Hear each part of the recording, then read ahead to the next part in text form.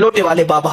अब हुआ ये, इन्होंने एक दिन चप्पल वाले बाबा से कहा कि हम 40 साल से आप चप्पल संभाल रहे, मैं लोटे संभाल रहा हूँ। इन्होंने इत्तला दिए बगैर दोनों को कहा कि हम आपके साथ चलने के लिए तैयार हैं। वो दोनों वली थे, और कौन से वली? अख्ताब थे, अख्ताब। और साथ लेकर के चले।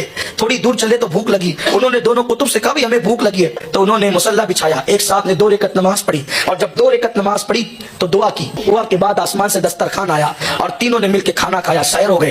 फिर 24 घंटे चलते चलते गुजरे, कहा भूख अब बर्दाश्त नहीं होती। दूसरे साहब ने मुसल्ला बिछाया, 2 रकात नमाज पढ़ी, दुआ की, दस्तरखान आसमान से जमीन पे आया, तीनों ने खाया, फिर चल पड़े। 24 घंटा चले तो कहा भूख लगी, कहा परसों उन्होंने किया, कल हमने किया, आज तुम्हारी बारी है। मुझे तो कुछ आता नहीं, दुआ करना भी सही से नहीं आती, मैं क्या दुआ करूंगा?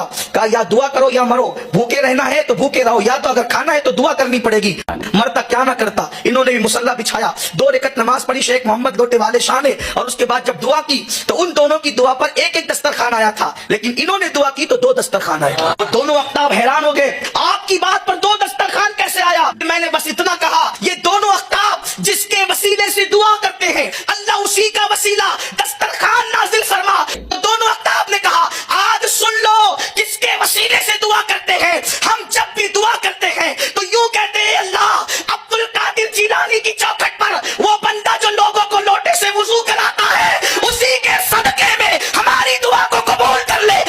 लानत है तेरे ऐसे कीदे के ऊपर।